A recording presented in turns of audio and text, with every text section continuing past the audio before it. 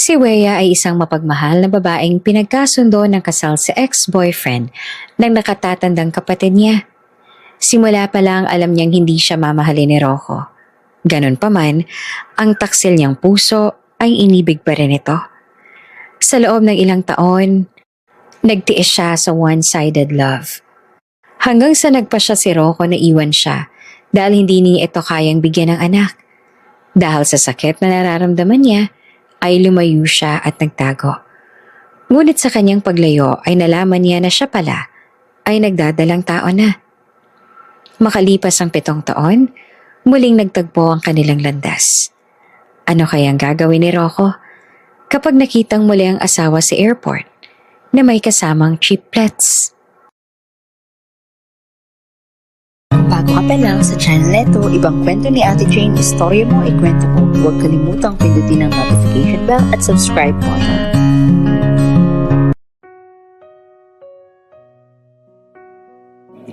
Three hearts, one vow.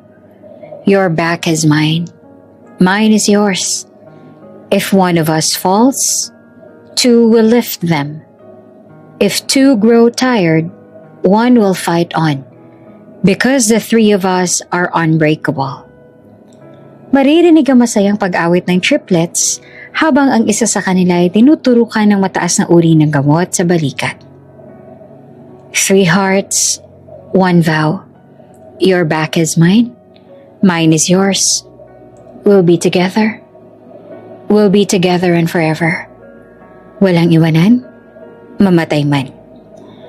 Habang pinapakinggan ni Wea ang pag-awit ng kanyang mga anak ng promise song na ginawa nilang tatlo, hindi niya mapigilan ang pagtulo ng kanyang mga luha. Walang iwanan, mamatay man. Kanta ng dalawa na si Finn at Pavel, habang si Milo ay natigil sa pag-awit dahil sa sakit. Walang iwanan, mamatay man. You're doing great, baby. Sabi ng doktor kay Milo. Yay, Milo's so strong! Puri ng dalawa sa kanilang kapatid. Sing with us, strong one. Three hearts, one vow. Your back is mine. Mine is yours. We'll be together forever. Walang iwanan, mamatay man. At sa pagitan ng paghikbi, sinabayan ni Milo ang dalawa. Walang iwanan, mamatay man. Habang pauwi sila sa kanilang bahay, ang tatlo ay patuloy pa rin sa pag-awit ng kanilang promise song sa backseat ng sasakyan. At kahit nahalata naman na nahihirapan na si Milo, patuloy pa rin itong tumatawa. Dahil ang mga kapatid nito ang siyang lakas nito. Mommy! Sigaw ni Finn, ang pangalawa sa triplets na anak ni Wea. Mommy, may narinig po kami kanina. Si Wea na noon ay abala ay sandaling tumigil sa ginagawa at ngumiti sa kanyang mga anak. Hawak ng dalawang kamay ni Milo na noon ay nakasuot ng bonnet upang maitago ang nakakalbo na nitong buhok. Bakit parang sobrang saya ninyo? Tanong niya. Ano bang meron? Hindi ba't kanina pa kayo naglalaro kasama ang yaya ninyo? May nangyari ba? Si Milo ang sumagot. Opo, Mami. Pero may na-mention po sa amin si Yaya kanina. Pwede po ba kaming magtanong sa'yo? Ang tatlong bata ay sabay na tumingin sa kanya, habang ang kanilang mga mata ay naghihintay ng sagot. Ano namang tanong yan? Bakit gusto niyo na namang kumain ng ice cream ha? Bawal pa yan kay Milo. Sabi niya. Ngunit alam niyang may ibang bagay na pumapasok sa isip ng mga bata. Umiling si Pavel. Hindi po yun, Mommy. Kanina po kasi narinig po namin si Yaya na nag-uusap kasama yung Filipino tutor po namin. Sabi po nila ay uuwi daw po tayo sa Philippines. True po ba yun, Mommy? Natigil si Wea at sandaling natahimik. Huminga siya ng malalim bago ngumiti at tumango sa kanyang mga anak. Oo, pupunta tayo roon. Gusto kasi kayong makilala ng lolo at lola ninyo. Kaya naman nagpasya ako na bumisita tayo sa kanila. Iyon ang unang beses na makakapunta kayo ron at iyon din ang unang beses na makikilala ninyo ang lolo at lola ninyo. Kaya sigurado akong excited na kayo. Lumaki kasi ang mga ito sa LA. Kasama siya. Noong isang taon lang din naman nalaman ng pamilya niya na may mga anak siya. Itinago niya kasi ang 3 sa kanila. Ayaw kasi ni Wea na makarating ang balitang yon sa kanyang dating asawa, ang ama ng triplets. Ngunit tama nga ang sabi nila, kahit kailan ay walang sikreto ang naitatago ng habang buhay. Nalaman din ng magulang niya ang tungkol sa triplets niyang anak. Mahigit 1 taon silang humingi ng tawad sa kanya at sumubok na makalapit. At ngayon ay handa na si Wea na iharap sa kanila ang mga anak niya. Kahit na lumaki sa LA ang mga anak niya, marunong pa rin silang magtagalog. May tutor din kasi ang mga ito. Nang sa ganon kahit papaano ay maging madali ang pakikipag-communicate nila sa mga tao. Lolo't Lola? Tanong ni Pavel. Yung naka-call niyo po last time? Are we going to meet them personally na po? Yes, babies. Gusto ko rin na makilala ninyo na sila.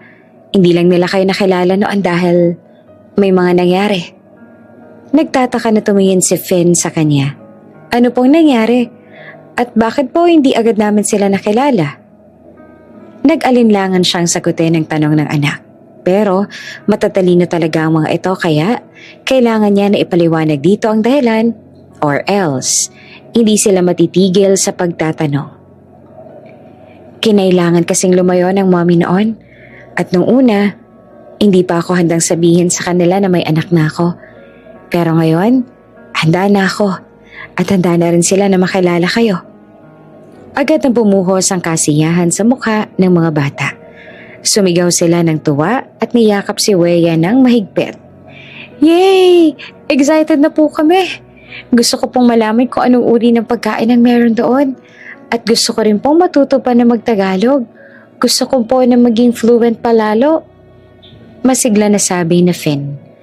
Gusto ko rin pong makita ang mga tanawin doon at baka naman may mga ibon at hayop na hindi natin nakikita dito. Sabi ni Milo na talaga namang sobrang hilig sa mga hayop. Oh, I want to see the Philippine eagle. They're so cool. Gusto ko rin po makipaglaro sa mga ibang bata doon at matikman ng mga pagkain na ginagawa ng lolo't lola namin. Dagdag pa ni Pavel. Ngumiti si Wea sa kanilang kasiglahan. Masaya siyang makita na excited ang mga bata na makilala ang kanilang mga kamag-anak sa Pilipinas. Ngunit sa kabila ng kasiyahan na yon, may kaba rin siyang nararamdaman sa kanyang puso. Dahil sa pagbabalik nila sa Pilipinas, napakalaki ng chance na muli niya makita ang dating asawa. Kahit pa wala naman silang balak na magtagal doon, may chance pa rin na mag-cruise ang landas nila. At iyon ang kinatatakutan niya ngayon. Matapos ang sunod na punta nila sa ospital para sa check-up ni Milo, dumalaw sila sa kanyang kaibigang si Cameron. Ang triplets ay agad na nakipaglaro sa mga alagang aso ni Cameron na sanay na sa kanila. Si Cameron ang tanging tao na alam ang lahat ng tungkol sa kanyang nakaraan. At sa lahat ng panahon, ito ang naging sandigan niya. Ito rin ang tumulong sa kanya para hindi siya mahanap ng ex-husband niya at ng pamilya niya sa loob ng mahigit 7 taon. Malawak kasi ang koneksyon nito sa LA kaya kayang-kaya nito na manipulahin ang mga bagay. Wea, how are you? At kamusta naman ang triplets? Si Milo nagre-respond ba ang katawan niya sa gamot? Tanong ni Cameron. They're fine. Kahit papaano nagre-respond naman ang katawan ni Milo sa gamot. Binigyan na rin kami ng permission ng doktor na bumiyahe palabas ng bansa. Ngumiti sa Cameron. That's good to hear. Sinabi ko na rin sa kanila na uuwi kami sa Pilipinas para makilala ang kanilang lolo't lola. Excited na sila. At masaya naman ako para sa kanila. Pero bigla siyang tumigil. Alam ko kung anong iniisip mo, sabi ni Cameron. Umupo ito sa tabi niya at hinawakan ang kanyang kamay. Iniisip mo na naman kung anong gagawin mo kapag nakita mo ulit ang ama ng mga bata. Humingang muli si Wea ng malalim. Ang mga mata niya ay puno ng lungkot. Sinasabi ko sa sarili ko na hindi na kami magkikita. Naiiwasan ko siya hanggang sa makakaya ko. Pero alam ko rin naman na hindi maiiwasan yun. Maliit lang ang Pilipinas. At baka sa hindi inaasahang pagkakataon, Makita namin siya. Baka makita niya ang mga bata. Napailing si Cameron. Hindi talaga natin maiiwasan ng bagay na yon. Pero hindi mo naman kailangan na matakot. Ikaw ang mag-isa na nag-alaga at nagpalaki sa mga bata sa loob ng ilang taon. Habang ang ex-husband mo, sa loob ng mahigit 7 taon, na hindi man lang niya kayo hinanap. Hindi man lang niya sinubukang malaman kung may anak na pala siya sa'yo. Kaya wala siyang karapatan sa inyo, kahit na muli pong mag-cross ang landas ninyong dalawa. Umiling si Weya. Alam ko yon. Alam kong hindi niya ako hinanap. Pero hindi ko maiwasang matakot sa mga posibleng mangyari. Paano kung bigla na lang siyang lumitaw at hihilingin na makasama ang mga bata? Paano kung gusto niya maging parte sa buhay ng mga bata? Huwag ka mag-alala, Weya. Ikaw ang ina ng mga bata. At ikaw ang nag-alaga sa kanila mula nang sila ipanganak pa lang. Hindi siya basta-basta makakapag-angkin ng karapatan sa kanila, lalo na't hindi niya sila hinanap sa lahat ng panahong yun. Sabi ni Cameron. At isa pa, andito ako para sa'yo. Hindi kita pababayaan. At hindi rin natin pababayaan ng mga bata. Tumango at kumite si Weya. Salamat, Cameron. Hindi ko alam kung anong gagawin ko kung wala ka. Pagkatapos ng kanilang masinsinang pag-uusap, nagpa siya si Weya na umuwi na. Habang siya nagmamaneho pa uwi at ang tatlo naman ay naglalaro sa kanilang iPad sa backseat, iniisip niya ang lahat ng mga bagay na maaaring mangyari papunta nila sa Pilipinas. Alam niyang hindi ito magiging madali, ngunit handa na siyang harapin ang lahat para sa kanyang triplets. Gusto niya silang makita na masaya at makaramdam ng pagmamahal mula sa kanilang mga lolo at lola. At kahit natakot siya sa pagkakataong makitang muli ang kanyang dating asawa, alam niyang kailangan niyang maging matapang para sa kapakanan ng mga anak. Mommy, kailan po ba tayo pupunta ng Pilipinas? Biglang tanong ni Finn. Baka sa susunod na buwan, kapag maayos ka ng kailangan ayusin sa trabaho at ang mga kailangan ni Milo. Sagot ni Weya. Yay! We're so excited! I want to meet Lolo at Lola na po. Mahina pero masayang sabi ni Milo. Tiningnan niya ang mga anak mula sa rearview mirror, tsaka nginitian sila. Sigurado ako na excited na rin silang makita kayo. Ngumiti si Weya sa kanilang kasiglahan. Alam niyang ang pagbabalik doon ang siyang magbabago sa kanilang buhay. At kahit na hindi niya alam kung anong naghihintay sa kanila doon, handa na siyang harapin ang lahat para sa kanyang mga anak at para sa pagkakataong makapiling muli ang kanyang pamilya. Lumipas ang ilang linggo at matapos maayos ang lahat ng kailangan, lalo na para kay Milo, ang araw na matagal nang hinihintay ng triplets ay dumating na. Ang araw na uuwi sila sa Pilipinas. Bumangon ang triplets ng maaga para sa kanilang flight kasi sobrang excited na talaga ng mga ito. Si Finn ay abala sa pagtingin sa larawan ng mga magagandang lugar sa Pilipinas na pinasearch pa talaga nito sa kanilang yaya. Si Pavel naman ay nakikisilip lamang kay Finn, habang si Milo ay walang kahirap-hirap na napainom ng nurse nito ng gamot kasi ayaw daw nitong magkasakit habang nasa Pilipinas sila. Mga anak, handa na ba kayo? Tanong ni Weya habang sinusuring muli ang kanilang mga gamit. Yes, Mommy! Good. Tandaan natin na mahabang biyahe ito, ha? At kailangan nating mag-ingat, lalo na ikaw, Milo. Tumango si Milo. Ang mukha nito ay maputla dahil sa sakit. Pero nakangiti pa rin at bakas ang excitement. Sa murang edad, may brain tumor si Milo. 4 na taong gulang nang malaman nila na may sakit. Mabilis na kumalat ang tumor at lumala, kaya hanggang ngayon ay nakikipaglaban pa rin ito sa sakit na hindi naman dapat nito nararanasan. Napakahina ng katawan nito, kaya palagi itong binabantayan ng mga kapatid. I'll be fine, Mommy. Excited na po ako makarating sa Pilipinas, sabi ni Milo. Hinawakan naman ito ni Finn at Pavel sa magkabilang braso. Aalagaan po namin si Milo para mag-enjoy din po siya roon kasama sila lolo at lola, sabi ni Finn ng seryoso, at tumango naman si Pavel para ipakita ang pagsang-ayon. Matapos noon ay sumakay sila sa sasakyan papunta sa airport at pagkatapos ng ilang oras ay nasa eroplano na sila. Sa buong biyahe, ang mga bata ay natulog lang at minsan ay abala sa pagtingin sa labas ng bintana.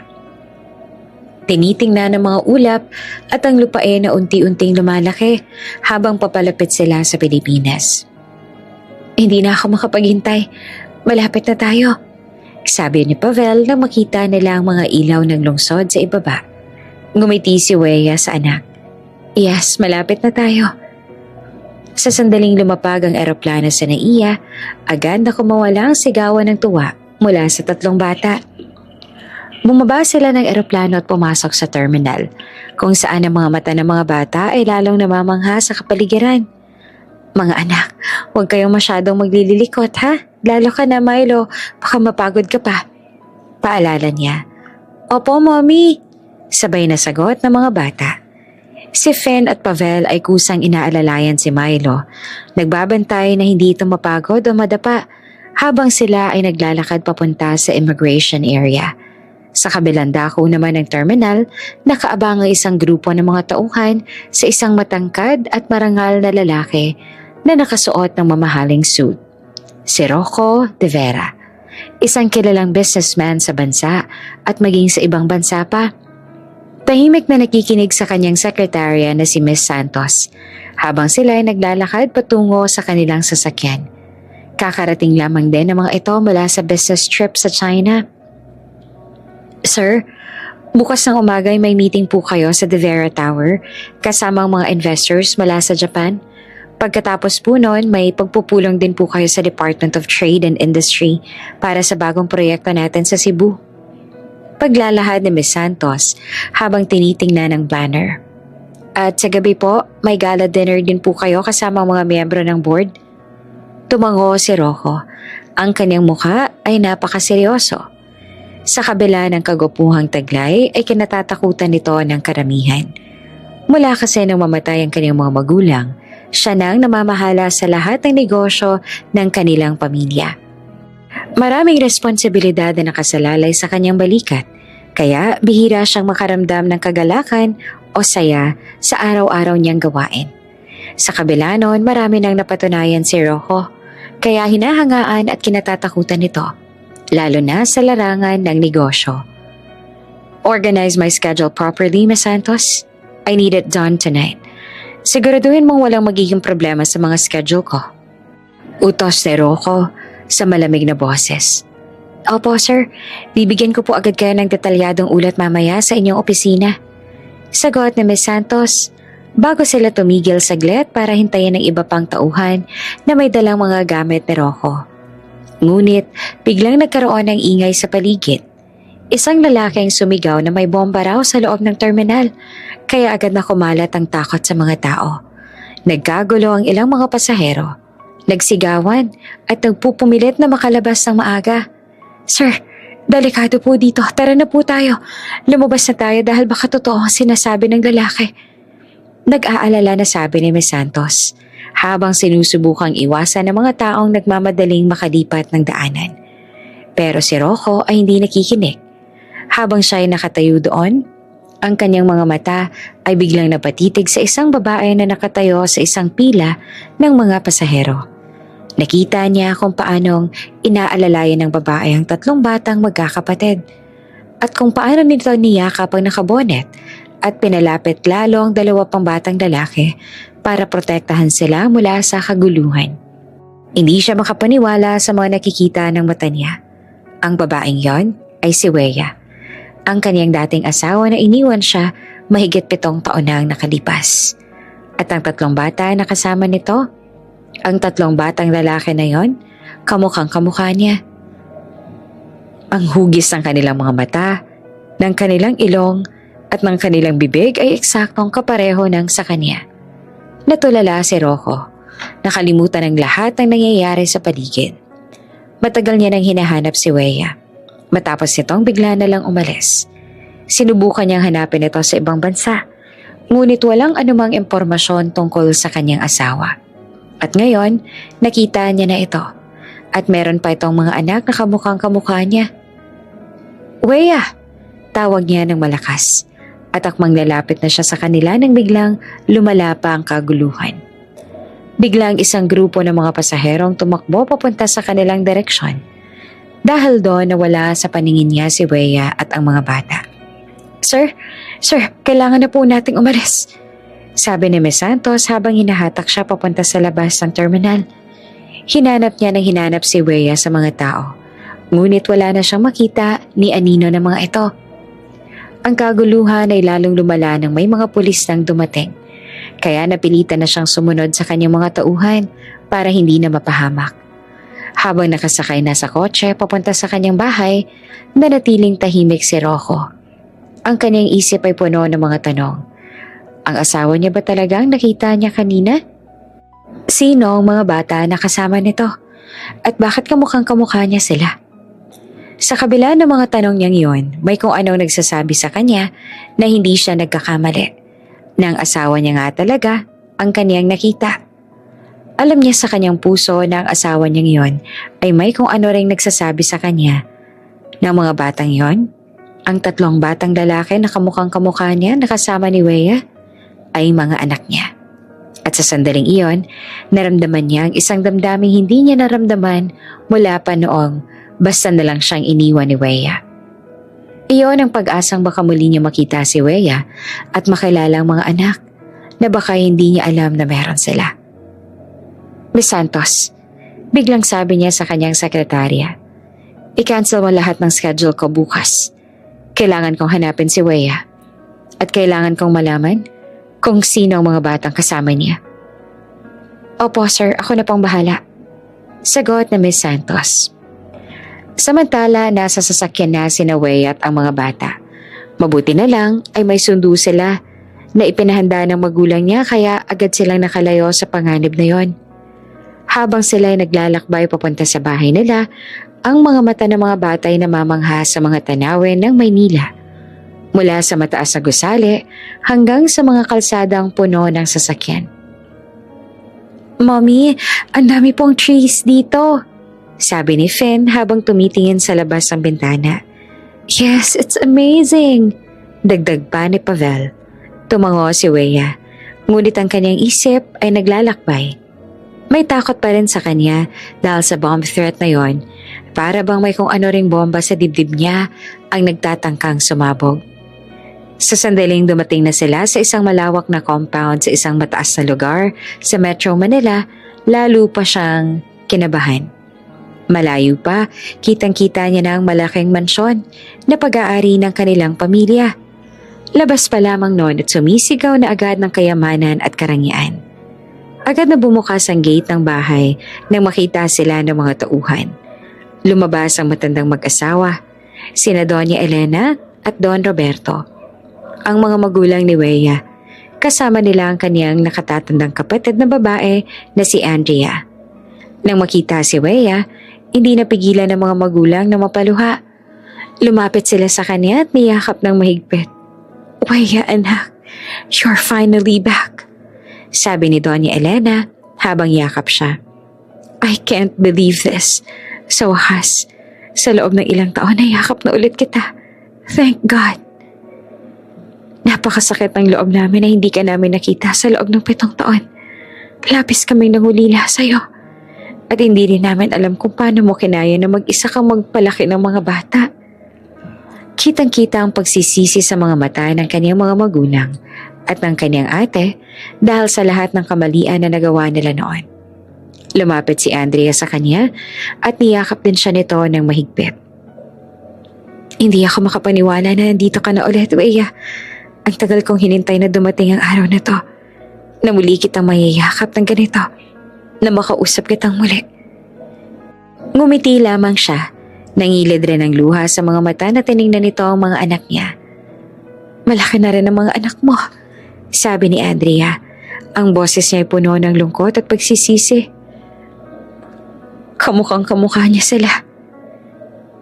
Yes, sagot niya sabay ngiti. Malapit na silang mag-6. Tumingin sa mga mata niya si Andrea. Puno iyon ng pagsisisi. Patawarin mo ako. Ako ang naging sanay ng lahat ng ito noon.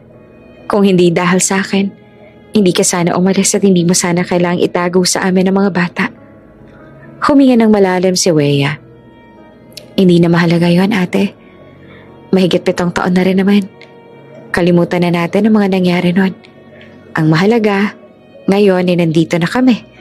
Makikilala na ng mga batang kanilang lolo at lola. Pati na ikaw. Lumapit naman sina Finn, Milo at Pavel sa kanilang mga lolo at lola. Halata naman sa magulang niya ang kagalakan ngayon na sa wakas ay nakaharap na nila ang mga apo. Kamusta kayo mga apo? Tanong ni Don Roberto bago yumuko upang pantayan ng taas ng mga ito.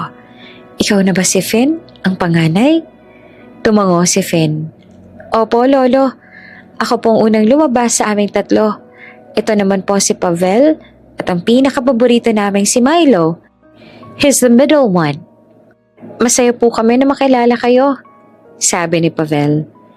Yes, narinig po namin kay Mommy ang tungkol sa inyo. Sabi naman ni Milo sabay ngiti. Niyakap ng mga magulang ni Weya ang mga bata ng mahigpit. Napakabait na niyong mga bata. Thank you, ani Finn. Our mom raised us well. Oo, pinalaki nga kayo ng maayos ng mommy ninyo. Sabi ng kanyang ina sabay haplos sa mukha ng triplets. Pangako, babawi kami lahat ng panahong wala kami sa tabi ninyo. Ibibigay namin sa inyo ang lahat ng kailangan ninyo. Gagawin namin ang lahat para sa inyo. Ngumiti lamang ang triplet sa kanila. Si Milo naman ay tahimik na tumatanggap ng pagmamahal mula sa kanilang mga lolo at lola habang binabantayan ng mga kapatid. Narinig namin na malapit na ang inyong kaarawan, sabi ni Don Roberto. Opo, magsa 6 years old na po kami. Tugon naman ni Pavel. Magkakaroon tayo ng napakalaking handaan para sa inyo, ha? Ipapakilala namin kayo sa lahat. Ngunit agad na tumutol dito si Weya. Ma, pa, salamat po sa inyo sa effort niyo para sa birthday ng mga anak ko. Pero kung maaari po sana, gawin na lang natin na private ang celebration ng kaarawan ng mga anak ko. Ayoko makarating sa ibang tungkol sa kanila. Nag-aalala siya na kapag mangyari yon ay malaman ni Rocco at muling lumitaw sa buhay nila. Nagkatinginan ng mga magulang ni Weya. Alam nilang may dahilan si Weya sa hiling na iyon. Sige anak, kung yon ang gusto mo, gagawin namin. Sagot ni Don Roberto. Matapos noon, pumasok na sila sa loob ng mansyon. Ang triplets ay agad na naglibot kasama ang mga kasambahay. Habang silang pamilya ay seryosong nag-uusap. Weya, gusto naming malaman ang lahat tungkol sa mga bata, sabi ni Don Roberto. Lalo nang tungkol kay Milo. Napansin namin na medyo mahina siya kumpara sa kanyang mga kapatid. Huminga ng malalim si Weya bago nagsalita. Opo pa, si Milo po may brain tumor mula pa noong 4 na taong gulang pa lamang siya. Hanggang ngayon ay patuloy pa rin siya nakikipaglaban sa sakit na yon. Kailangan niyang uminom ng gamot araw-araw. Hindi pa rin po namin alam kung kailan siya ganap nagagaling. Nalungkot ang mga mukha ng mga magulang ni Weya sa narinig. Hindi namin alam na ganito ang pinagdadaanan ninyo ng mga bata, anak. Sabi ni Doña Elena. Pero huwag kang mag-aalala. Gagawin namin ang lahat para tulungan si Milo. Ibibigay namin sa kanyang pinakamagandang paggamot at gagabayan namin siya hanggang sa siya'y gumaling. Salamat po, ma, pa. Ngunit kahit na nagpapasalamat siya, ramdam na ramdam ni Weya ang pagiging awkward ng sitwasyon. Noong una kasi, walang pakialam ang kanyang mga magulang sa kanya. Pinilit pa siya nilang pakasalan si Rocco, kahit na alam niyang ang tunay na mahal ni Rocco ay ang kanyang ate na si Andrea. Nang akala niya ay hindi na siya mabibigyan ng anak si Rocco, nalaman niya na gusto na ni Rocco na hiwalayan siya dahil doon at para bang lalo siyang nawala ng halaga sa mga mata ng kanyang mga magulang. Wala man lang siyang naramdaman na suporta o pagmamahal mula sa kanila. Dahil ang buo lang nilang atensyon ay nasa negosyo at atin niya na noon ay na-diagnose na mayroong depression. Kaya naman siya nagpasyang umalis at itago ang kaniyang pagbubuntis. Gamit ang sariling koneksyon at sa tulong ni Cameron, matagumpay niyang naitago ang kaniyang lokasyon sa ibang bansa sa loob ng mahigit 7 taon. Ngayon, ay mukhang napagtanto niya ang kanyang mga magulang at kapatid ang kanilang mga kasalanan at pagkukulang noon. Makikita sa kanilang mga mata ang tunay na pagsisisi at hangarin na ibalik ang mga panahong nawala. At kahit na may bahid pa ring lungkot sa puso ni Wea tungkol sa nakaraan, handa na siyang bigyan ng pagkakataon ng kanyang pamilya na mabawi ang kanilang mga pagkakamali. Para sa kanyang sarili at para sa kanyang mga anak. Sa kabilang banda naman, sa opisina ng De Vera Tower, nakaupo si Rocco sa kanyang office chair habang nakikinig sa ulat ng kanyang mga tauhan. Sir, hanggang ngayon po ay wala pa rin kami nakukuhang impormasyon tungkol kay Miss Wea de Guzman at sa mga bata na sinasabi ninyo. Sabi ng isa sa kanyang mga tauhan, si Mr. Cruz, na namamahala sa mga operasyon ng kumpanya na may kinalaman sa paghahanap ng impormasyon. Sinubukan na po namin na makipag-ugnayan sa NIA tulad ng utos ninyo. Ngunit sinabi nila na maaari pa itong tumagal ng 1 linggo bago lumabas ang mga detalye. Hindi daw po kasi basta-basta maibibigay ang mga impormasyon ng mga pasahero, lalo na kung ito ay may kinalaman sa privacy.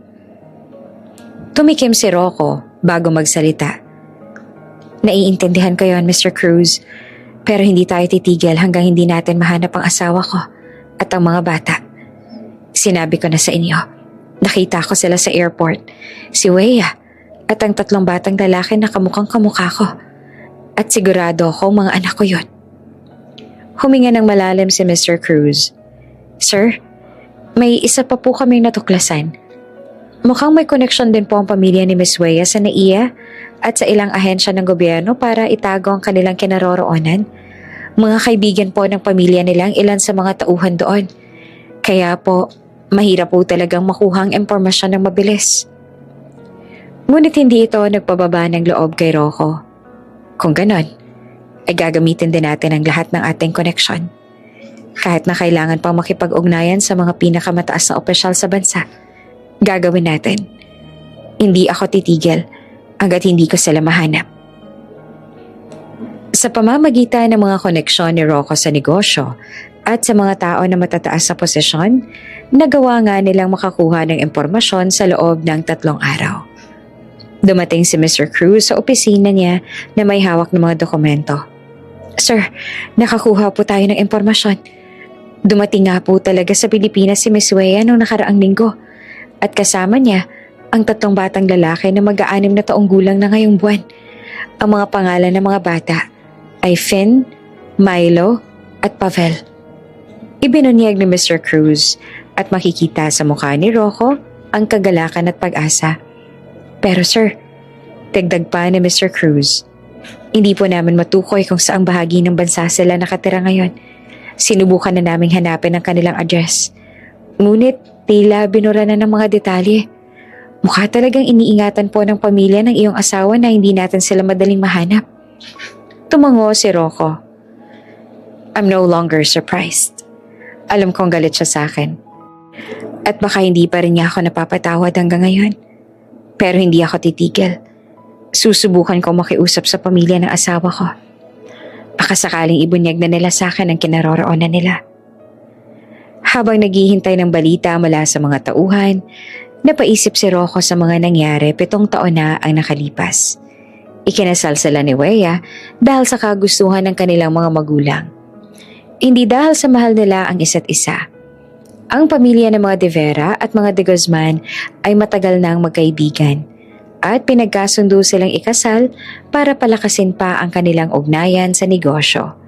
Ngunit sa totoo lang, noon akala ni Rocco na mahal niya pa rin si Andrea, ang kapatid ni Wea, na naging kasintahan niya sa loob ng 2 taon. Minsan pa nga niya itong sinabi kay Wea na naging dahilan ng pagdurusa at kalungkutan ni Wea. Hindi niya alam na sinanay niya lamang pala ang sarili na isipin na mahal niya pa si Andrea. Ngunit ang totoo, matagal na yung wala. Nang malaman nila na hindi kayang bigyan ni Wea ng anak si Rocco, lalo pang lumalig ang kanilang pagsasama. Hanggang sa isang araw, bigla na lamang itong umalis at hindi na nagparamdam. Mula nang mawala si Wea, hindi tumigil si Rocco sa paghahanap sa kanya. Sinubukan niya itong hanapin sa ibang bansa. Nagpadala ng mga tauhan sa iba't ibang lugar, ngunit walang anumang resulta. At habang dumadaan ang mga taon, unti-unting napagtanto ni Rocco ang kaniyang mga pagkakamali. I was so stupid. Bulong niya sa sarili habang nakatingin sa larawan niya at ni Wea noong sila ay bagong kasal. Hinayaan ko siyang harapin ang lahat ng problema ng mag-isa. Hinayaan ko siyang isiping mahal ko pa rin ang kapatid niya, na hindi ko malang naiparamdam sa kanya na mahal ko rin siya. Nahigit pa sa lahat, siya lang ang babaeng minahal ko ng lubos. Ngunit ngayon na nagbalik na siya, gagawin ko ang lahat para maitama ang lahat ng naging pagkakamali ko noon. At gagawin ko ang lahat para mapatawad niya ako at para mabigyan kami ng pagkakataon na maging isang tunay na pamilya. Samantala, ang mga tauhan naman ni Rocco ay nagsisimula ng makipag-ugnayan sa pamilya ni Wea. Lumipas ang 2 araw at hindi na nakatiis si Rocco na maghintay pa ng balita mula sa kanyang mga tauhan. Isang umaga, nagpasya siyang direktang puntahan ng The Guzman Industries, ang malaking kumpanya na pag-aari ng pamilya ni Wea. Magandang umaga, sir. How can I help you? Tanong ng sekretarya ni Don Roberto na si Miss Reyes nang makita siya. Ngunit ang makilala nito kung sino siya, kaagad na nanlaki ang mga mata nito at nanginginig na tumayo. Sir Rocco, hindi po ako makapaniwala na ikaw po pala. Ipapaalam ko po agad kay sir ang inyong pagdating. Sabi nito at mabilis na nag-type sa computer. Sandali pa ay binigyan na siya ng pahintulot na pumasok sa opisina ng ama ni Wea. Pagbukas ang pintuan ng opisina, nakita ni Rocco si Don Roberto na nakaupo sa swivel chair at abala sa pagbabasa ng mga ulat. Ngunit nang tumingin ito sa kanya, agad na nawala ang kulay ng mukha nito at kitang-kita ang pagkasindak sa mga mata nito. Rocco, anong ginagawa mo dito? Tanong ni Don Roberto. Inayos nito ang salamin at tumayo para batiin siya. Ngunit hindi pa rin maalis ang pagkataranta sa mukha nito. Umupo si Rocco sa upuang inaalok sa kanya. Hindi binibigyang pansin ang tensyon sa hangin. Don Roberto, magiging tapat po ako sa inyo. Nandito ako dahil gusto kong malaman kung may alam ba kayo kung nasaan si Wea? Diretsong sabi niya. Ang mga mata niya ay tuwid din na nakatitig sa matanda. Umiling si Don Roberto, huminga ng malalim bago magsalita. Rocco, alam mo namang halos 7 taon na ang nakalipas mula nang umalis si Wea. Sa loob ng mga taong yon, paulit-ulit na naming sinasabi sa iyo na hindi namin alam kung nasaan ang anak namin. Wala siyang iniwan na anumang tanda o impormasyon tungkol sa kanyang pupuntahan. Mariing paliwanag ng matanda. Ngunit makikita sa mga mata nito na may tinatago ito sa kanya. Kaya hindi ito pinaniniwalaan ni Rocco. Alam at ramdam niya na may tinatago ito sa kanya. Don Roberto, I can shut your company down just as easily as I can let it grow. You know the people I know. If I decide to act against you, the outcome won't be favorable. Nanindak na sabi niya.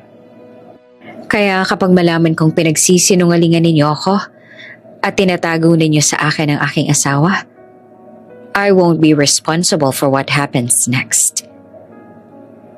Huwag mo akong pagbabantaan ng ganyan, Rocco. Alam ko kung anong klaseng tao ka. Pero anak ko ang pinag-uusapan natin. Anak mo na asawa ko. Hiwalay na kayo.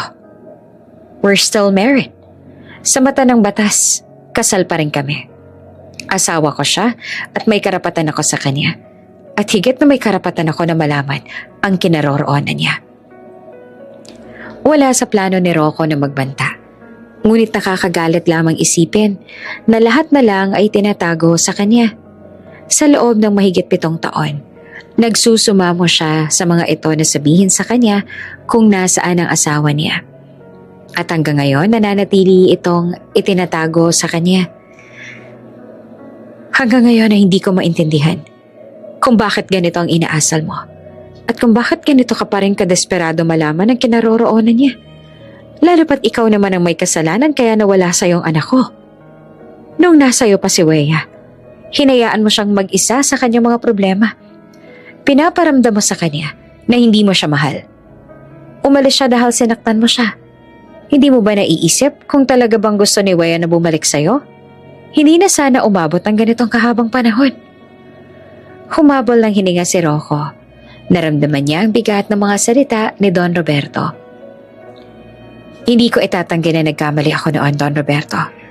I deeply regret everything I did to Weya. I neglected her. I made her cry. And I allowed her to believe that I didn't love her. I was blind, selfish, and too proud to see the pain I was causing. By the time I realized what I had lost, the damage had already been done. Sabi niya sa mahinahon na tinig, ngunit ang mga mata niya ay puno ng pagsisisi at lungkot. Sobrang pinagsisisihan ko ang lahat ng yon. Dahil ang totoo, mahal na mahal ko ang anak ninyo.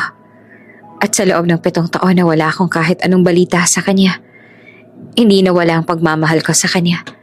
Nananatiling siya lang ang babaeng mahal ko at gusto ko makabawi sa kanya sa lahat ng naging pagkukulang ko noon. Gusto kong makita siyang muli, makausap siya at maiparamdam kung gaano ko siyang kamahal. I know I'm asking too much, Don Roberto, but please, if you know where she is, I'm begging you to tell me. I want to see her, to apologize, and to fix what I broke. Ngunit umiling si Don Roberto. Ang mga mata nito ay puno ng kalungkutan. It's too late for that, Rocco. Hindi ko talaga alam kung nasa ng anak ko ngayon. Wala na rin siyang paramdam sa amin mula nang umalis siya. At tulad mo, hinihintay pa namin ang bumalik siya at magparamdam muli sa amin. Pero parang wala na talagang pag-asa na mangyari pa yan. Sabi nito na bumababa ang boses. Naiintindihan ko. Balungkot niya ang sinabi. Tahimik na tumayo si Rocco mula sa kanyang upuan. Alam niyang hindi na makakakuha pa siya ng impormasyon tungkol kay Don Roberto sa sandaling iyon. Sige na po, Don Roberto. Pasensya na po kung naabala ko kayo. Pero hindi ho ako titigil sa paghahanap kay Weya hanggang sa makita ko siyang muli. Gagawin ko ang lahat. Sabi niya bago tumalikod at lumabas na ng opisina. Habang siya'y naglalakad palabas ang gusali ng De Guzman Industries, ramdam ni Rocco ang bigat ng kanyang dibdib. Ngunit para kay Weya at sa mga batang pinaniniwalaan niya na kanilang mga anak, gagawin niya ang lahat para makuha ang pagkakataong mabawi ang kanilang tiwala at pagmamahal. Dumating na ang araw ng kaarawan ng triplets. Isang simple ngunit masayang pagtitipon ng pamilya sa bahay ng mga De Guzman ang naging celebration nila. Inihanda ng mga tauhan ng mansyon ang mga paboritong pagkain ng mga bata at binigyan sila ng mga regalo. Happy birthday, Finn, Milo at Pavel! Ang mga mukha ng 3 bata ay puno ng kagalakan habang inaawitan nila ito. Nang maglaon, naglaro sila sa hardin. Pinaranas nila sa mga bata ang buhay na malayo sa buhay na nakasanayan nila sa LA. Habang si Weya ay tahimik na nakatingin sa kanila, masaya siya na makita ang kanyang mga anak na masayang nakakasama ang kanilang mga kamag-anak. Sa sandaling iyon, parang nawala lahat ng bigat ng mundo sa kanyang balikat. Kinabukasan, dinala rin nila ang mga bata sa zoo at tinupad ang gusto ni Milo na makakita ng agila. Ngunit matapos ang kasiyahan, narinig ni Weya ang tinig ng kanyang mga magulang na nag-uusap sa sala na tila ba may mga tinatagong sekreto sa kanya. Siguraduhin mo hindi malalaman ni Rocco na nandito sila Weya at ang mga bata. Sabi ni Doña Elena. Alam ko naman yon, Elena. Sinabi ko na sa mga tauhan na huwag magsabi ng kahit anong impormasyon tungkol sa kanila. Ngayon nga lang natin ulit sila nakasama. Hindi ko hahayaan na mawala silang muli dahil sa kanya. Sagot naman ni Don Roberto. Agad na kumirot ang puso ni Weya sa narinig. Lumabas siya mula sa kanyang tinataguan at hinarap ang kanyang mga magulang na nagulat nang makita siya. Ang kanyang mukha ay puno ng galit at sakit. Bakit ninyo tinatago sa akin na hinahanap pa rin ako ni Rocco? Sigaw niya. Alam niyo naman ang dahilan kung bakit ako nagtago sa kanya noon, diba? Ngayon na nalalapit niya nang malaman kung nasan kami ng mga anak ko, tinatago niyo pa rin sa akin to. At hindi niyo malang binigyan ako ng pagkakataong itago silang muli. Nalungkot ang mukha ng mga magulang ni Weya. Anak, hindi namin sinasadya na itago sa'yo ito. Gusto lang naman namin na makasama kayo ng mga apo namin ng mas matagal. Paliwanag ni Donnie Elena. Ngunit hindi ito tumago sa puso ni Weya. Gusto lang naman namin na magtagal pa kayo dito, Weya. Ngayon nga lang ulit kayo bumalik, hindi namin kayang malayo ulit kayo sa amin. Dagdag pa ni Don Roberto. Ngunit lalo lang tumindi ang galit ni Weya. Hindi ninyo naiintindihan. Binigyan niyo ako ng pag-asa na ligtas kami dito. Pero hindi naman pala. Kapag malaman ni Rocco na nandito kami, baka kunin niya sa akin ang mga anak ko. Sinubukan siyang lapitan ni Andrea para kausapin. Weya, makinig ka sa amin. Hindi ibig sabihin na sasaktan ka ulit. Ngunit pinutol siya ni Weya. Hindi mo rin ako naiintindihan, ate. May mga dahilan ako. At ikaw pa nga naging sanhi ng lahat ng to noon, diba? Nasaktan ako ng sobra nung nalaman kong mahal ka pa rin niya. At ngayon naman, itinatago niyo sa akin ang katotohanan para pigilan ako umalis. Sabi niya, habang ang mga luha ay tumutulo na sa kanyang mga pisngi. Pagkatapos ng mainit na pag-uusap, umalis si Weya patungo sa kanyang kwarto at simulang inimpake ang mga gamit nila ng mga anak. Sinundan pa siya ni Andrea pero hindi niya ito pinakinggan. Ang mahalaga lang sa kanya ngayon ay makaalis sila bago pa sila mahanap ni Rocco at bago pa nito makuha sa kanya ang mga anak niya. Kinabukasan ng madaling araw, nagpasya siyang umalis ng Pilipinas at bumalik sa Los Angeles. Alam niyang doon mas ligtas sila mula kay Rocco. Nagsimula na siyang maglakad patungo sa sasakyan na maghahatid sa kanila papunta sa airport nang biglang may tumawag sa kanilang tinig mula sa malayo. Weya, don't leave! Lumingon si Weya at nakita si Rocco na papalapit sa kanila. Agad niyang hinawakan ng kamay ng mga bata at sinimulang maglakad ng mabilis. Ngunit biglang nagsalita si Milo. Mama, I don't feel well. Nahihilo po ako. Mahinang sabi nito. At bago pa man makapag-react si Weya, biglang nawala ng malay ang bata at bumagsak. Milo? Sigaw ni Weya at ng mga kapatid nito. Agad na lumapit si Rocco sa kanila. At nang makita ang estado ni Milo, hindi na ito nag-atubiling buhatin ng bata. Hurry, Weya! Dali natin siya sa ospital ngayon mismo. Nagulat ang kapatid ni Milo sa biglang pagdating ni Rocco. Ngunit wala silang panahon para magtanong pa. Sumakay sila ng kotse ni Rocco at mabilis silang naglakbay papunta sa pinakamalapit na ospital. Sumunod naman sa kanila ang kanyang magulang na alalang-alala rin. Habang sila'y naglalakbay, hawak ni Weya ang kamay ni Milo. Ang mga luha ay tumutulo sa kanyang mga pisngi. Hindi niya alam kung anong mangyayari sa kanyang anak at hindi niya rin alam kung paanong haharapin ang pagdating ni Rocco sa kanilang buhay. Agad na dinala si Milo sa emergency room ng ospital at mabilis sa tiningnan ng mga doktor. Samantalang naghihintay sila, nakaupo sina Finn at Pavel sa isang upuan sa labas ng kwarto.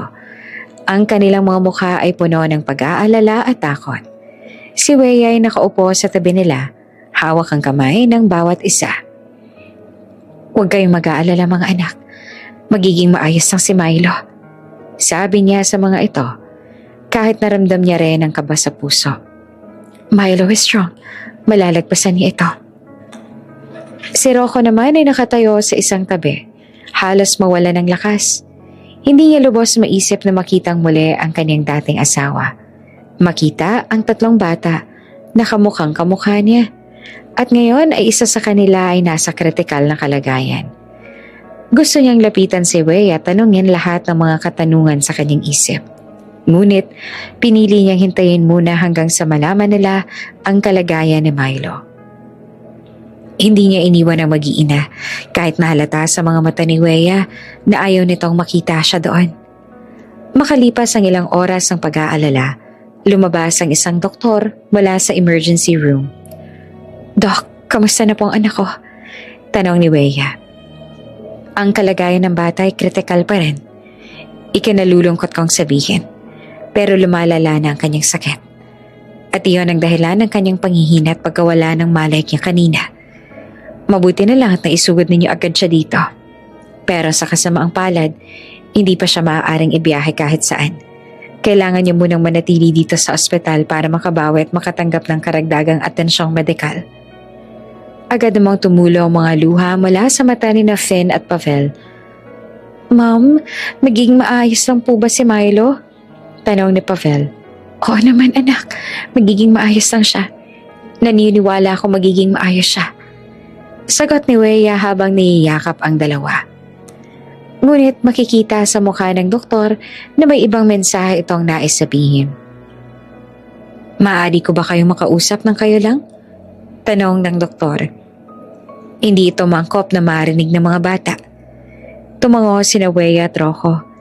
Inalalayan ni Andre ang mga bata at dinala sa ibang lugar, habang sila naman ay sumunod sa doktor papunta sa isang maliit na kwarto. Pagpasok sa kwarto ay naging seryoso na ang doktor. Magiging tapat ako sa iyo. Ang katawan ni Milo ay tuluyan ng nanghihina dahil sa sakit niya. At ayon sa aming pagsusuri, palaki ng palaki ang tumor sa utak niya. Sa tingin ko ay pinipilit niya na lang na maging maayos. Pero malala na talaga ang sakit niya. Nangihina ang katawan niya. Mukhang hindi na rin nadadala ng mga gamot. Kaya ngayon pa lang, sasabihin ko na ito sa inyo. Kailangan na ninyong maganda sa anumang mangyari. Hindi napigilan ni Weya na mapaluha sa mga narinig. Animo ay nauupos sa kandila na napaupo siya sa kanyang upuan habang ang mga luha ay tumutulo ng walang tigil. Ramdam niya ang bigat ng mga salita ng doktor. Hindi niya kayang isipin na maaaring mawala sa kanya ang isa sa kanyang mga anak. Lumapit si Rocco sa kanya at hinawakan ang kanyang balikat. Weya, huwag mong kalimutan na hindi ka nag-iisa. Tutulungan kita. Tutulungan natin ang mga bata. Lalo na si Milo. Ngunit nang makaalis na ang doktor at naiwan silang dalawa sa loob ng silid, tuluyan ang ibinuhos ni Weya ang galit sa dating asawa. Umalis ka na. Hindi ka namin kailangan dito. At hindi rin kailangan ng mga batang presensya mo. Sigaw niya na ang boses ay puno ng galit at sakit. Hindi ako aalis, Weya. Matigas ang sagot ni Rocco. Ngayon na nakita ko na kayo, hindi ko na kayo iiwan. Para saan pa? Tanong ni Weya at tumayo siya at matalim ang tingin dito. Hindi ka naman namin kailangan. I am thankful na tinulungan akong dalhin ng anak ko sa ospital. But that's it. Hanggang doon na lang yon. Hindi ako aalis, Weya. Lalo na sa sitwasyon na to ngayon. Kailangan ako ng mga bata. Kailangan nila ng ama. Mariin na sagot ni Rocco. Ama? Mapakla siyang tumawa. Sino bang nagsabi sa'yo na ikaw ang kanilang ama? Hindi ikaw ang kanilang ama? At wala kang karapatan na tawagin silang iyong mga anak. Sigaw niya pa. Lumala pa lalo ang kanilang pagtatalo. Bawat isa ay binubuhos ang kanilang sama ng loob at sakit mula sa nakaraan.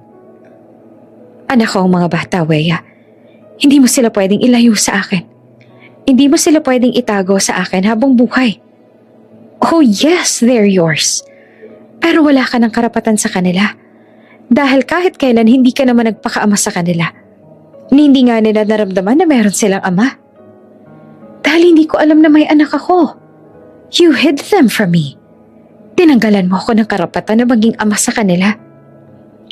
Lalo siyang nagpuyo sa galit at mapait din na napapatawa. Hindi kita tinanggalan ng karapatan. Dahil simula pa lang, wala ka na nun. They may be your children by blood, but you're nothing more than a stranger to them. You don't get to suddenly play a father when it's convenient. You gave up that right a long time ago. Ako ang naging ama at ina sa anak natin. I am the only one who became their world. So no, you don't have any claim over them. Only I do. Habang sila ay nagtatalo, hindi nila alam na naririnig pala sila ng mga bata sa labas ng kwarto lalo na si Finn na nakarinig ng lahat ng sinabi nila tungkol sa kanilang ama. Nang lumabas si Wea at Rocco mula sa kwarto, nakita nila na naroon sina Finn at Pavel sa labas. Pareho silang natigilan. Ang mukha ng kanilang mga anak ay puno ng luha. "Mommy?" Umiiyak na tawag ni Finn. "Tama po bang narinig namin? Siya po bang daddy namin?" Hindi agad nakasagot si Wea. Alam niyang hindi niya kayang itanggi ang katotohanan.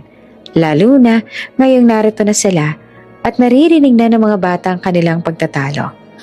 Bago pa man siya makapagsalita, lumapit na sina Finn at Pavel kay Rocco.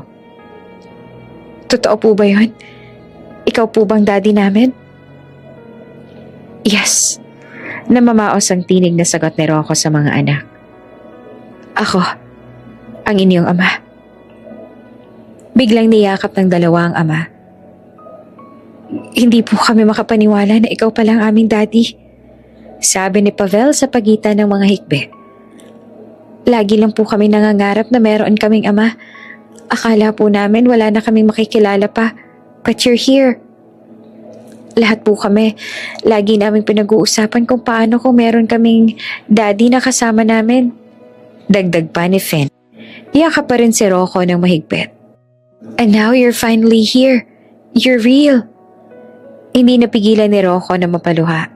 Ibinalot nito ng bisig ang dalawang bata. Hinahaplos ang kanilang mga ulo. "I'm so sorry mga anak," bulong ni Rocco.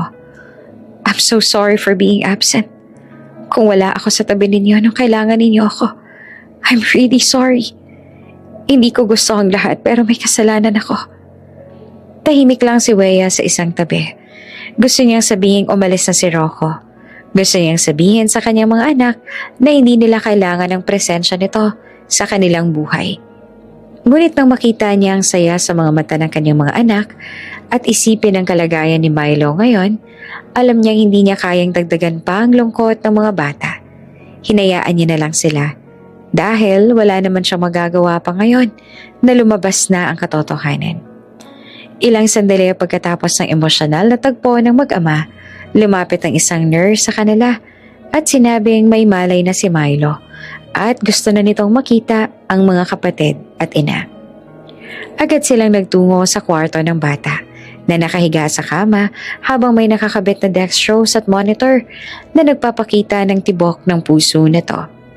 Nang makita nito ang dalawang kapatid, agad na sumilay ang ngiti sa labi nito. "Finn, Pavel, anong nangyayari? Bakit kayo umiiyak?" "Kasi nag-aalala kami sa'yo," sagot ni Finn. Takot na takot kami, Milo. Akala namin iiwan mo na kami." Ngumiti sa kanila si Milo. "Pasensya na, hindi ko sinasadya na takutin kayo." "Huwag mo na ulit-uulitin yan, ha?" Malungkot na ngiti lamang ang sumilay sa labi ni Milo. "Pasensya na, hindi ko yan maipapangako. Pero sa susunod, huwag kayong matatakot kasi magiging maayos naman ako." Tumingin si Milo sa ina na umiiyak na rin. "I'm sorry too, Mommy." Lumapit si Wea sa anak at tinawakan ng kamay nito. "It's okay, anak. Ang mahalaga ay nagising ka na. Bumalik ka sa amin. Hindi naman po ako mawawala," sabi nito bago napatingin kay Rocco na kanina pang nakatayo. Nangingilid ang luha sa mga mata na naroon sa mga matang matinding pag-aalinlangan, takot at awa. "Who is he?" "He's our father, Milo," sagot ni Finn. Ilang beses na napakurap si Milo. "Father?" "Yes. Daddy natin siya. He's our real father." "Really? May daddy tayo?" Tanong nito tsaka tiningnan ng ina na tumango. "Oo, Milo. May daddy tayo," sabi ni Pavel. Sandaling tumingin si Milo kay Rocco. Pagkatapos ay ngumiti ng malaki. "Daddy," bulong nito. Lumapit si Rocco sa tabi ng kama ni Milo. Hinawakan ang kamay ng anak. Dumadaloy ang luha sa pisngi. "Oo, anak. Ako ang inyong ama." Wow! Ang nanginginig na kamay ni Milo ay dahan-dahang tumaas upang hawakan ang mukha ng ama. look like us. You really are dead. Yes, I am your father. Patuloy naman na pag-agos ang luha ni Rocco. Hinalikan nito ang ulo ni Milo. I'm here, baby. Hindi ko na kayo iiwan. Pero napuno ng pagtataka ang mga mata ni Milo. Bakit ngayon ka lang? Nahalinhina ng matinding sakit at lungkot ang ekspresyon ni Rocco. I'm sorry. Kasalanan ko kung bakit ngayon niyo lang ako nakilala. At pinagsisisihan ko ng sobra na hindi ko kayo nakasama agad. Pinagsisisihan ko na hindi ko kayo naging kasama sa mga unang taon ng iyong buhay. Hindi na po mahalaga, Daddy. Masaya na po ako na nakilala kita ngayon. Sabi ni Milo, ngumiti pa rin sa ama sa kabila ng sakit na nararamdaman. Nangako si Rocco sa mga bata habang nakatitig kay Milo. Hindi na kayo iiwan ng dati ninyo. Pangako ko yan sa inyo. At gagawin ko rin ang lahat para gumaling ka, anak. Kukunin natin ang lahat ng pinakamagaling na doktor sa mundo para mapagaling ka nila. Gagawin natin ang lahat para makasama ka pa namin ng matagal pa. Dahil sa mga salita ni Rocco, naging masaya si Milo sa kabila ng kalagayan. Nagsimulang magkwento ang mga bata kay Rocco tungkol sa kanilang buhay sa Los Angeles.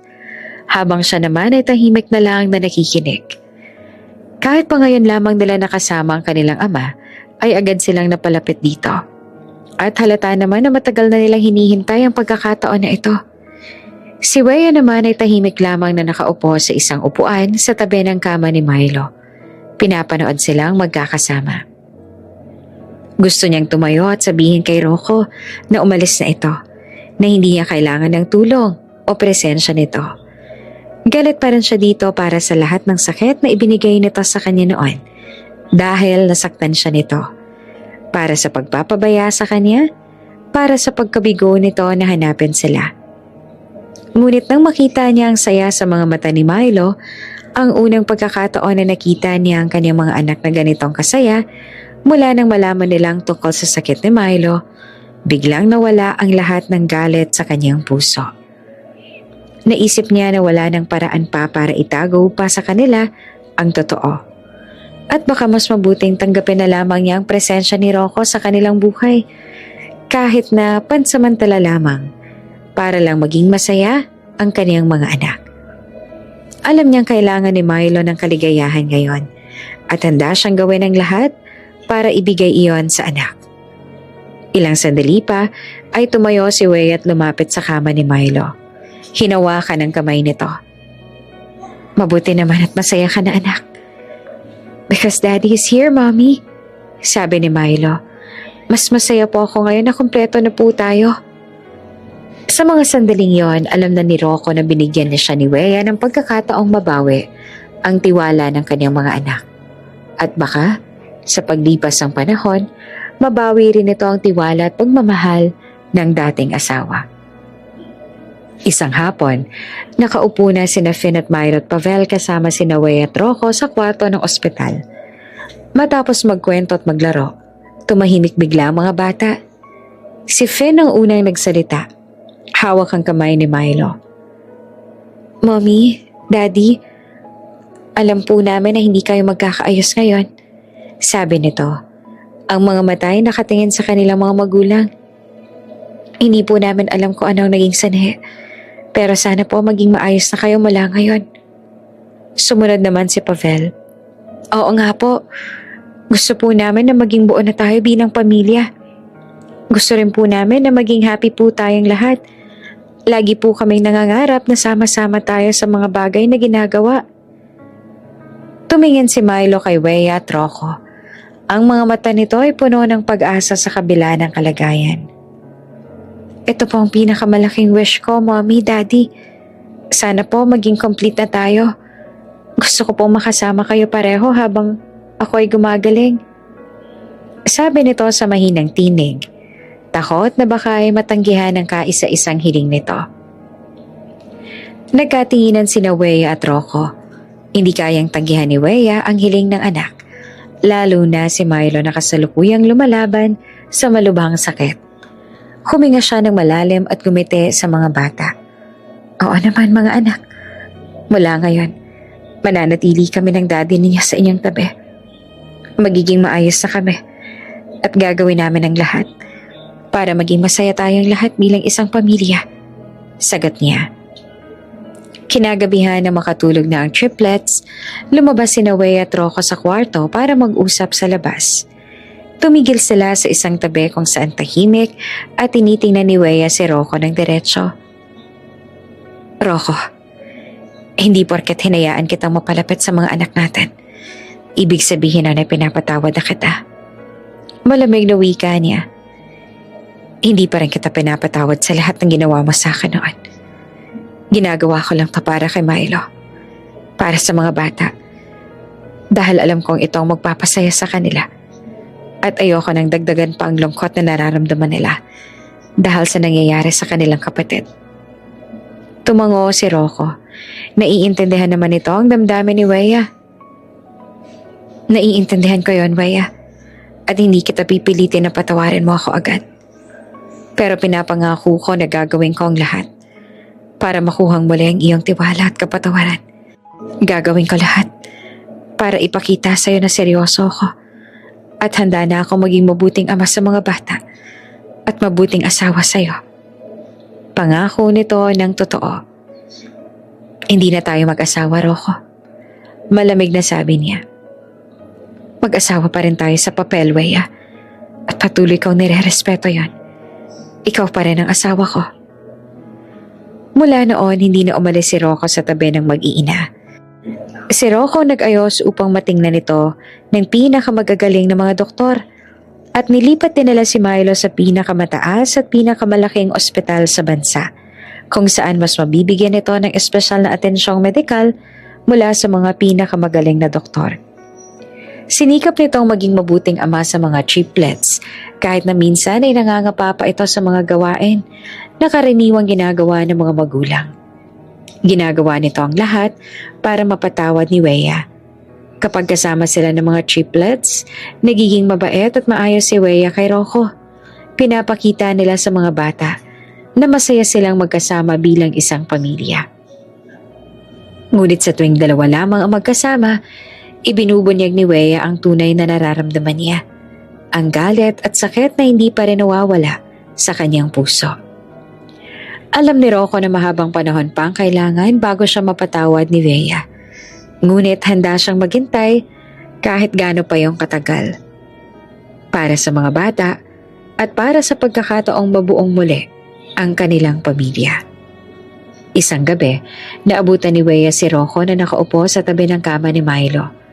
Kahit na halatang pagod na pagod ito, narinig niya kasing may napakalaking problema daw ng kumpanya ni Rocco dahil sa isang proyekto na hindi umuunlad ayon sa plano. Hindi pa rin ito binigong alagaan ng mga anak. Binasahan ni Rocco ang triplet sa magkatabi ng bedtime story hanggang sa tuluyang makatulog ang mga bata. Pagkatapos, inaplos nito ang noo ni Milo bago tumingin kay Finn at Pavel na nakatulog na rin sa tabi. Kitang-kita ni Wea ang sakripisyo ni Rocco araw-araw. Paano nito inuuna ang mga bata kahit na maraming problema sa trabaho? At paano nitong binubuhos ang lahat ng pagmamahal sa kanila? Pagkatapos nitong ayusin ang mga una ng mga bata, lumabas sila ni Rocco. Tumigil sila sa isang maliit na balkonahe ng ospital kung saan tahimik lamang ang paligid. Wea, alam kong napakarami ng naging kasalanan ka sa'yo. Simula ni Rocco, ang mga mata nito ay nakatingin sa malayo. Kahit ako, hindi ko mapatawad ang sarili ko sa dami ng sakit na ibinigay ko sa'yo. Nasaktan kita ng labis, pero gusto kong malaman mo na handa akong gawin ang lahat. Kahit na kailangang maghintay ng maraming taon para makuha ang iyong kapatawaran. Walang naging kibo si Wea. Hindi makapagsalita habang pinapakinggan ito. Gusto ko rin malaman mo na binahal kita, Wea. Dagdag pa ni Rocco. Ang boses ay puno ng emosyon. Pero masyado ako naging kampante na hindi mo ako iiwan. Kaya hindi ko na iparamdam sa'yo kung gaano kitang kamahal. Nagkamali ako ng paraan ng pagpapakita ng pagmamahal ko. at pinaiyak kita ng maraming beses. Pero ang totoo ay minahal kita. Nagsimulang tumulo ang mga luha sa mga mata ni Weya habang pinapakinggan ito. At hanggang ngayon, minamahal pa rin kita. Sabi pa ni Rocco, at handa akong ibigay ang lahat. Handa akong isuko ang lahat para sa inyo ng mga anak natin. Gusto kong makasama kayo ng mga bata habang lumalaki sila at hanggang sa tumanda na tayo. Gusto kong mabigyan ka ng pagkakataong maramdaman mo. Hindi ka nag-iisa. Na mahal kita. Hindi niya sinagot si Rocco. Hinayaan niya lang itong magsalita habang ang kanyang puso ay puno ng magkakaibang emosyon. Galit, sakit. Ngunit may bahid din ng pag-asa na matagal na ang nakatago. Kinabukasan dumating ang mga magulang ni Weya at si Andrea para bisitahin sila sa ospital. Matapos silang makausap ng mga bata, dinala ni Don Roberto si Weya sa isang tabi para kausapin. Anak, hindi namin lubos maisip. Nabibigyan man ng pagkakataon si Rocco na maging ama sa mga bata. Sabi ni Don Roberto. Ngunit masaya kaming makita na masaya sila. Nakikita namin kung gaano niyang pinapahalagahan ng mga apo namin. Gusto kong maging masaya ang mga bata at ang kanilang ama ang makakapagbigay sa kanila ng kaligayahan na yon. Ayoko na ipagkait sa kanilang kaligayahan na yon. Matapos noon, humiling din sa kanya ang ate niya na makausap siya nang sila lamang. Pumayag naman siya kahit paalam niya na kung saan patungo ang usapan na ito. Tungkol kay Rocco, may mga bagay kang dapat malaman. So tama nga ako nang iniisip. Tungkol sa kanya ang gusto mong sabihin sa akin. Alam ko na ayaw mong marinig ang mga bagay na to. Pero sa tingin ko ay dapat mo na rin na malaman at maunawaan ang lahat. Sabi ni Andrea sabay hinga ng malalim. Mahal ka ni Rocco. Siya ay naging tapat sa'yo mula nang umalis ka. Hindi siya tumigil sa paghahanap sa'yo nitong 7 taon. Nagpadala siya ng mga tauhan sa iba't ibang bansa. Nagtanong-tanong sa lahat ng kakilala. Nagsusumamo siya sa amin pero hindi namin siya mabigyan ng impormasyon. Talagang minahal ka ni Rocco. Huminto na siyang mahalin ako nung ikaw ang kanyang asawa. Ako ang nag-isip na mahal niya pa rin ako. Kaya sinubukan kong ibalik ang dati naming relasyon. Pero hindi iyon ang totoo. Ang puso niya ay nasa iyo na, noon pa man. Lumuhod siya sa amin noon, Weya. Palagi siyang nagpapakaawa para malaman kung nasan ka. Pero hindi namin alam kung saan ka nagtago. Sinubukan naming hanapin ka, ngunit bigo kami. Malaki ang kasalanan niya sa'yo. Pero alam ko na ako ang pinaka nagkamali. At dahil doon nasira kayo. Nalungkot ang mukha ni Weya habang naririnig ang mga salitang yon. Hindi ako umalis dahil sa hindi ko maramdaman na mahal niya ako. Sabi niya, umalis ako dahil nasaktan ako. Iiwan niya lang din naman ako kung hindi ko siya mabibigyan ng anak kaya ako na lamang ang kusang umalis. Hindi na ako nag-file ng divorce nang sa ganun ay hindi niya makamit ang kalayaan na gusto niya. At sa mata ng lahat, mananatili kang kabit. Ginawa ko yun dahil galit ako nun sa'yo. At napagtanto ko naman na nagkamali ako. Umiling si Andrea. Hindi yan totoo. Weya. At kahit kailan mula nang umalis ka hindi na ulit kami nagkaroon ng relasyon. Hindi rin totoo na iniwan ka niya dahil lang sa hindi mo siya mabigyan ng anak. Marahil ay nagkamali ka lamang ng pagkaunawa. Tanggap na tanggap ka ni Rocco kahit di pa kayo magkaroon ng anak. Ang tanging bagay lang na hinihiling niya noon ay makasama ka habang buhay. Ang mga bata ay isang biyaya na hindi niya inakalang darating. Dahil sa paliwanag ni Andrea, naunawaan niya ang lahat at inamin niya rin na nagkamali rin siya. Isang gabi, hindi mapakali si Weya, kaya nagpa siyang maglakad-lakad sa loob ng ospital. Habang naglalakad siya, napansin niya ang liwanag mula sa chapel sa isang tabi. Binuksan niya ang pintuan at nakita niya sa loob si Rocco na nakaluhod sa harap ng altar. Ang mga kamay ay magkadikit-dikit at umiiyak at nagdadasal. Panginoon, sana po gumaling ang aking anak na si Milo. Narinig niyang dasal ni Rocco. Alam ko pong napakarami kang naging pagkakamali. Hindi ako naging mabuting ama at asawa. Nasaktan ko po ang aking asawa. Hindi ko po naiparamdam sa kanya kung gaano ko siya kamahal. Nasaktan ko siya ng lubos. At ang aming mga anak ay lumaki nang wala po ako sa kanilang tabi. Kung sakali man na parusa ito sa lahat ng kasalanan ko noon, parang awa niya na. Sa akin niyo na lamang ibigay at huwag sa anak namin. Hindi ko makaya na makita ang anak ko nasasaktan at nagdurusa ng ganito. Ako ang may kasalanan. Ako ang nagkulang. Kaya ako na lang ang parusahan ninyo at huwag ng anak ko. Handa po akong gawin ang lahat. Kahit na ibigay ko pang sarili kong buhay, gumaling lang ang anak ko. Gusto ko na itama ang lahat ng pagkakamali ko. Sana lang po, bigyan niyo ako ng pagkakataon na makasama ng buo at masaya ang pamilya ko. Habang naririnig ang pagmamakaawa ni Rocco, hindi napigilan ni Wea na mapaluha. Mula sa kanyang kinatatayuan, makikita niya kung gaanong katotoo at tapat ang lalaki sa mga dasal. Handa itong ibigay ang lahat para lamang gumaling ang kanilang anak at mabuo ang kanilang pamilya. Hindi niya alam kung gaanong katagal siyang natulala doon. Ngunit nang makita niyang tapos na si Rocco sa pagdarasal, mabilis siyang umalis at nagtago sa isang sulok. Paglabas ni Rocco mula sa chapel, patuloy pa rin itong pinagmamasdan si Wea. Ramdam niya ang bigat ng mga salitang binitawan nito. At unti-unting naramdaman ng galit sa kanyang puso ay unti-unting nawawala. Bumalik si Rocco sa kwarto ng mga bata at kahit na pagod na ito mula sa pagdarasal at sa mga problema sa trabaho, pinilit pa rin itong pasayahin ang triplets. Inayos ito ang mga laruan ng mga bata. Kwentuhan sila ng mga kakaibang pangyayari sa opisina at kahit na papaano ay napapatawa ang mga bata.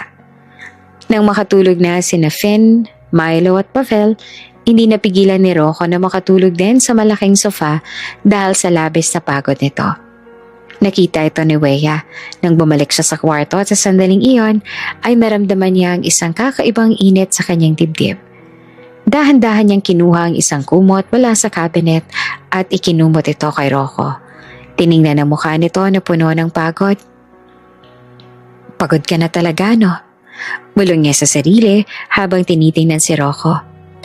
I'm glad you're doing everything for our children. Kinabukasan, sa kabila ng pagod na nararamdaman, maaga pa rin gumising si Rocco para pumasok sa opisina. Sinabihan nito si Wea na babalik ito agad pagkatapos ng mga pagpupulong at hindi na siya nabigla nang makita itong bumalik ng hating gabi pa rin. Ngunit may dala ng mga pasalubong.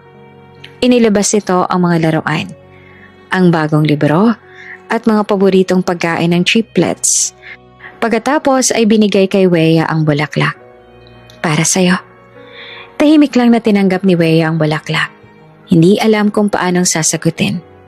Ngunit sa kanyang isip, alam niyang hindi niya na kayang pigilan ang damdaming unti-unting bumabalik. Sa mga susunod na araw, lalo pang nagpakita ng sipag at dedikasyon si Rocco. Bumibisita ito sa ospital tuwing tapos na ito sa trabaho at halos hindi na ito umuwi sa bahay. Ito rin ang nagbabantay sa mga bata kapag kailangang umalis si Wea para gawin ang ilang bagay kahit pa may mga yaya naman ang kanilang anak. At pag naglalambing ang triplet sa kanilang ama, lahat ginagawa ni Rocco. Minsan pa nga ay naglalambing ang tatlo na magluto ang daddy nila. Kahit nasa kalagitaan ng important call si Rocco, ay ginagawa pa rin nito ang hiling ng mga anak. At dahil sa lahat ng effort at pagmamahal na ipinakita ni Rocco, unti-unti nang lumalambot ang puso ni Wea. Isang gabi, nagtungo siya sa chapel para magdasal at aminin sa sarili ang lahat. Dahil ang totoo, hanggang ngayon, minamahal pa rin kita, Rocco. Bulong niya sa sarili. Hindi ko alam kung paano ko tumalalabanan pa pero nararamdaman ko na unti-unti na akong bumabalik sa'yo. Sana lang ibigyan tayo ng pagkakataong mabuong muli ang ating pamilya. At sana gumaling na si Milo para makita nating lahat kung paano tayo magiging masaya bilang isang buong pamilya. Habang siya ay nakatingin sa altar, hindi niya alam na naririnig pala siya ni Rocco na bigla namang pumasok sa kwarto. Ngumiti ito Alam ni Rocco na unti-unti na itong natatanggap muli ng minamahal at nakahanda itong maghintay hanggang sa tuluyang mapatawad siya at mabuo na nila ang kanilang pamilya. Naging maayos ang mga susunod na buwan para sa pamilya. Sinisiguro ni Nuea at Rocco na gagawin nila lahat para masaya si Milo at ang mga kapatid nito. Kahit na hindi na makalabas ng ospital si Milo dahil sa sakit, patuloy pa rin silang nag-aaral ng magkasama sa pamamagitan ng tutor. Nang dumating ang Pasko, inayos nila ang kaarawan ni Milo at nilagyan ng mga dekorasyon, maliwanag na ilaw, makukulay na parol at isang maliit na Christmas tree na puno ng regalo nang sa ganon ay madama ng mga bata ang diwa ng Kapaskuhan. Nakasuot pa silang pamilya ng matching Christmas outfit at ang mga mata ng mga bata ay puno ng kagalakan. Masayang masaya sila ng araw na yon kahit si Milo ay panay halakhak. Paulit-ulit nilang sinasabi sa kanilang magulang kung gaano silang kasaya at kung gaano silang kamahal ng mga ito. Mahal na mahal ko kayo, ang sabi naman ni Rocco habang nakatingin sa tatlong magkakapatid. Palagi ko kayong mahal. Walang oras na hindi. Kayo ang pinakamagandang regalo na natanggap ng daddy ninyo ngayong Pasko. Isa-isa rin itong hinalika ng ulo ng mga anak na napahagikik naman. Pinapangako ko na lagi na tayong magkakasama sa bawat Pasko at sa lahat ng okasyon. We will be the happiest family in this world. Daddy, pwede mo po bang i-kiss na rin po si Mommy kasi siya lang po hindi nakaka-receive ng kiss from you po? Biglang tanong ni Pavel.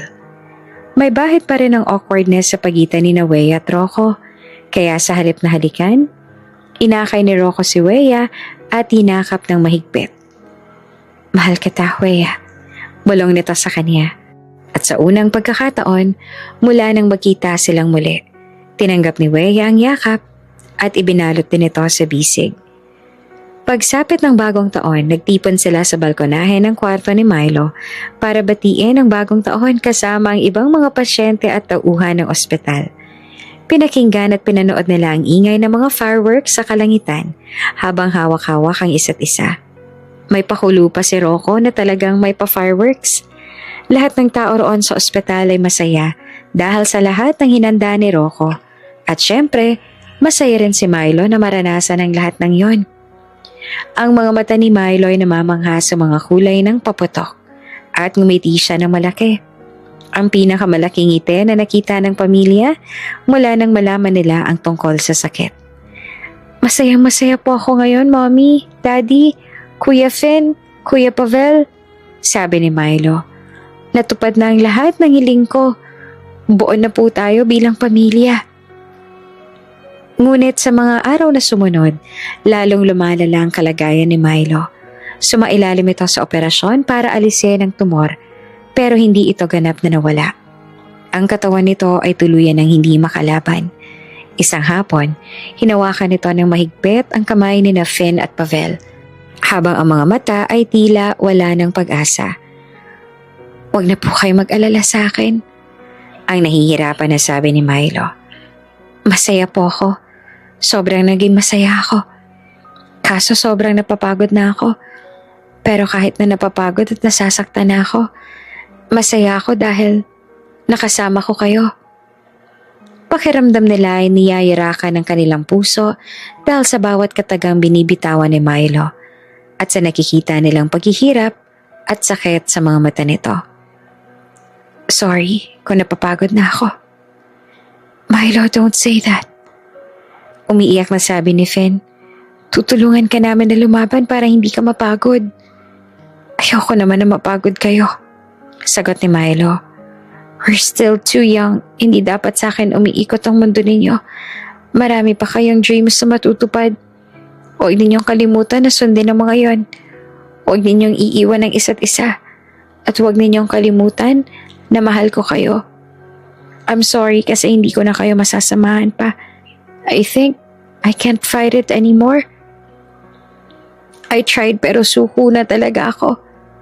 Ang sakit-sakit po kasi kahit anong gawin ko, hindi na po nawawala ang sakit. Masyado pong malakas ang sakit ko. Natatalo niya na ako. I'm sorry kung susuko na ako. Iyak ng iyak ang buong pamilya habang pinakikinggan si Milo. Nagpray naman po ako kay Papa God pero natalo pa rin po ako. Maybe it's because I'm just a kid. I'm not that strong to fight for long. Pero hindi namin kayang mawawala ka, Milo. Sabi ni Finn. Hindi ba't nag-promise tayo sa isa't isa na we will always be together, na walang iwanan? Don't leave us. Hindi namin kaya na wala ka. You're our happiness, Milo. Kung wala ka, hindi namin kaya. Dagdag pa ni Pavel. Niyakap pa nito si Milo. Mahal na mahal ka namin. Please, lumaban ka pa, please. Hinawakan ni Milo ang pisngi ng kanyang mga kapatid at ngumiti ng mahinahon. Baka pwede niyong kantahin ang promise song natin? Kahit masakit, tumango sina Finn at Pavel at sinimulan nilang kantahin ang kantang ginawa nila para sa isa't isa. 3 hearts, 1 vow. Your back is mine, mine is yours. If one of us falls, 2 will lift them. If 2 grow tired, 1 will fight on. Because the 3 of us are unbreakable. Lalo pang bumuhos ang luha ni na Finn at Pavel, habang si Milo naman ay mahinang umiti. Sinubukang sumabay sa pag-awit, kasabay ng pagtulo ng luha sa pisngi nito. 3 hearts, 1 vow. Your back is mine, mine is yours. We'll be together forever. Walang iwanan, mamatay man.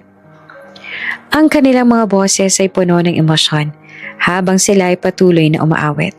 Habang hawak-hawak ni Naway at Rocco ang kamay ni Milo. Patuloy din ang pag-agos ng kanilang luha at halos hindi na makahinga dahil sa sikip ng dibdib nila. We'll be together forever. Walang iwanan, mamatay man. Habang umaawit, unti-unting bumabagal ang tibok ng puso ni Milo sa monitor. Thank you for everything. At sa huling sandali, ngumiti ito ng malaki habang nakatingin sa pamilya. At tuluyan ng huminto ang paghinga. Umiyak ng umiyak ang buong pamilya habang yakap-yakap ang katawan ni Milo. Si Rocco ay yakap si Weya ng mahigpit habang sina Finn at Pavel naman ay nakayakap sa kanilang ina at ama. Lahat sila ay nagdadalamhati para sa kapatid na kanilang pinakamamahal. Matapos, tuluyan ang tumigil sa pagtibok ang puso ni Milo at idineklara ng mga doktor na tuluyan na itong binawian ng buhay. Halos hindi kayang tumayo ng mga paa ni Finn at Pavel. Yakap-yakap lang nila ang malamig na katawan ng kanilang kapatid. Ang kanilang mga boses na puno ng sakit ay umaalingaw-ngaw sa kwarto ng ospital sa pamamagitan ng mga hikbi at sigaw. Milo, gumising ka na. Hindi ka pwedeng umalis ng ganito. Huwag mo kaming iwan. Wala tayong iwanan, hindi ba? Bakit iniwan mo pa rin kami? Sigaw ni Finn. Ang maliit na mga kamay ay nanginginig habang hinahaplos ang mukha ni Milo. Hindi pa nga tayo nakakapaglaro ulit sa labas.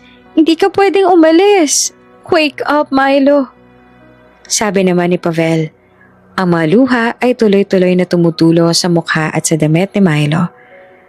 Don't leave us, please. Hinawakan sila ni Weya at Rocco. Ngunit hindi rin makapigil sa sariling umiyak. Niyakap nila ang dalawang bata. Lahat sila ay nagdadalamhati para sa munting buhay na biglang nawala. Sa loob ng mga araw na sumunod, hindi nila kayang layuan ang kabaong ni Milo. Binubuksan nito ang mga laruan nila. Binabasa ang mga kwentong binasa nila noon bago matulog. At tinitingnan ang mga litrato nila noong magkakasama. Hanggang sa dumating ang araw ng libing, ang mga mata ng buong pamilya ay basang-basa ng luha habang inilalagay ang kabaong ni Milo sa lupa. Para bang kasabay din nilang inililibing ang pinakamabuting bahagi ng kanilang buhay.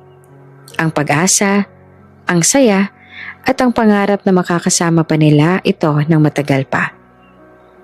Mga anak, alam namin na napakasakit nito. Sabi ni Rocco na mahinahon, hawak ang kamay ni Finn at Pavel. Pero hindi namin kayo iiwan. Kahit na anong mangyari, gagawin namin ang lahat para makaahon tayo mula dito. Magtutulungan tayo bilang isang pamilya. Tumango si Weya. Hinaplos ang ulo ng mga bata. Tama ang sabi ng daddy ninyo. Si Milo ay laging nandito sa ating mga puso. At hindi niya gusto na tayo ay malungkot ng matagal. Gusto niya na tayo magpatuloy at maging masaya. Kasi pinapanood niya tayo sa heaven. Isang gabi pagkatapos ng libing, kinuha ni Finn ang tablet na lang magkakapatid. Mommy, Daddy, may ipapakita po kami sa inyo. Sabi nito habang ang kanyang kamay ay nanginginig. Kami po ang kumuha nito kay Milo. Sinabi niya po sa amin na ibigay ito sa inyo pagkatapos niyang mawala.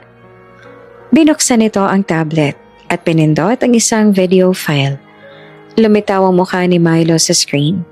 Maputla at sobrang mahina. Hi Mommy, Daddy, and my favorite Finn and Pavel. Bungad ni Milo sa video. Alam ko po na baka hindi ko na kayo makasama ng matagal pa. Nararamdaman ko na po. That's why I'm making this video. Hindi ko po kasi kaya na sabihin sa inyo ng harapan. Alam ko po na nung una, nagpe-pretend na kayo na maayos kayo para mapasaya ako. Para mapasaya po kami. Lalo na ako. Nagsimulang tumulo ang luha sa mga mata ni Weya at Rocco habang pinapanood nila. Pero sobrang saya ko po dahil hindi na kayo nagpretend pagkaraan ng ilang araw. Naging totoo na po yung pagmamahal at pagkakaisa ninyo. I am so happy. And please don't blame yourself kasi nawala po ako. Ginawa niyo naman po ang lahat para gumaling ako. Pero talagang hindi ko na po kinaya pang lumaban. Tumingin si Milo diretso sa camera. Ngumiti pa rin siya.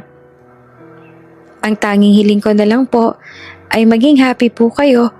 Huwag niyo pong hayaang mawalang isa't isa tulad ng dati. Mahal na mahal ko po kayo lahat at mananatili po kayo sa aking puso. Nang matapos ang video, tahimik na umiiyak ang buong pamilya. Alam na natin kung anong gusto ni Milo. Sabi ni Weya, hindi niya gusto na magkaroon pa tayo ng hidwaan. Gusto niya lang na tayo magmahalan at maging buo bilang isang pamilya.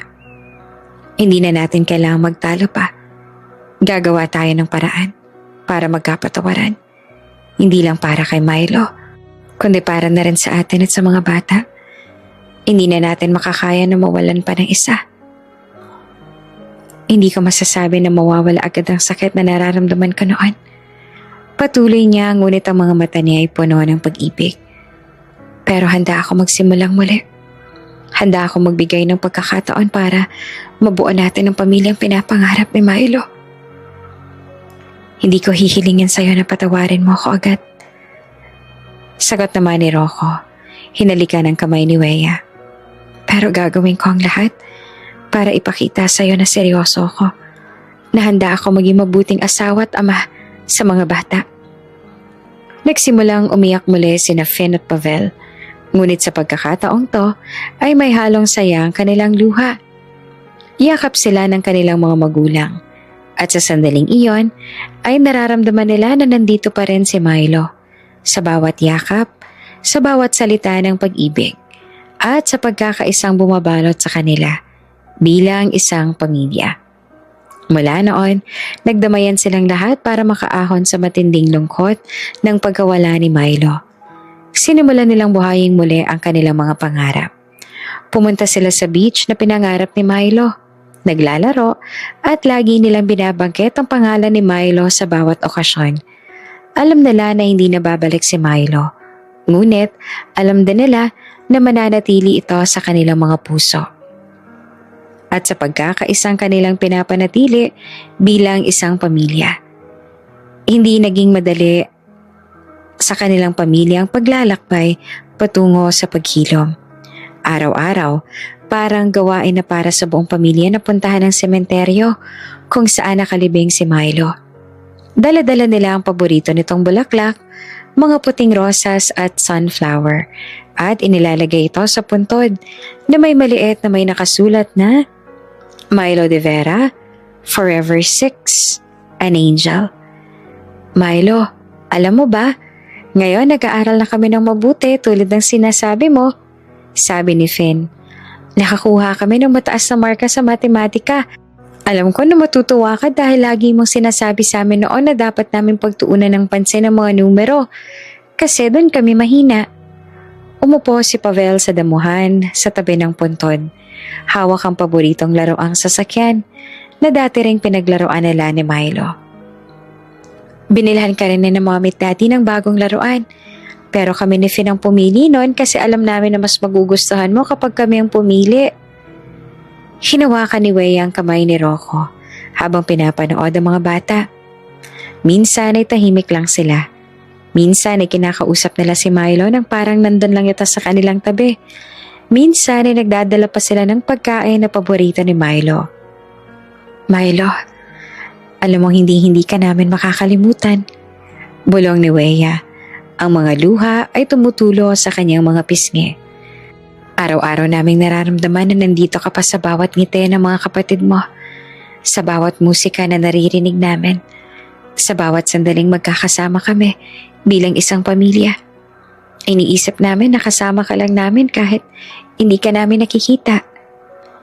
Hindi sila nag-iwanan kahit sa mga sandaling parang hindi na nila kayang tiisin ang sakit. Isang hapon, habang nakaupo sila sa tabi ng puntod ni Milo, seryoso silang nag-usap.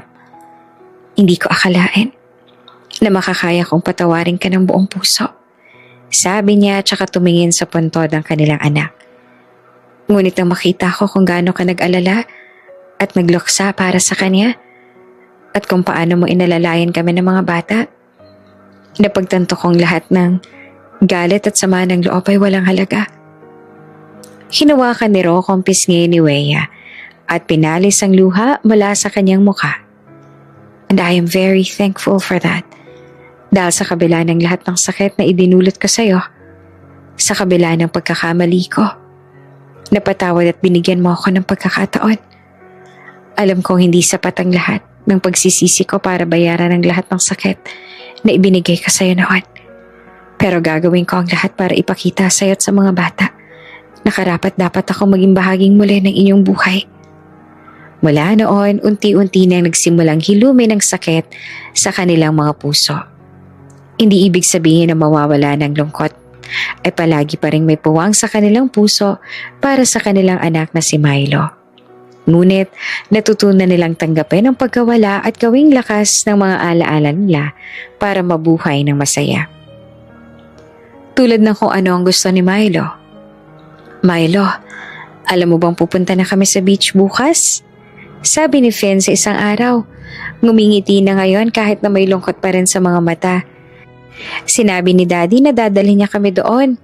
Yung beach na lagi mong sinasabi na gusto mong puntahan kapag magaling ka na.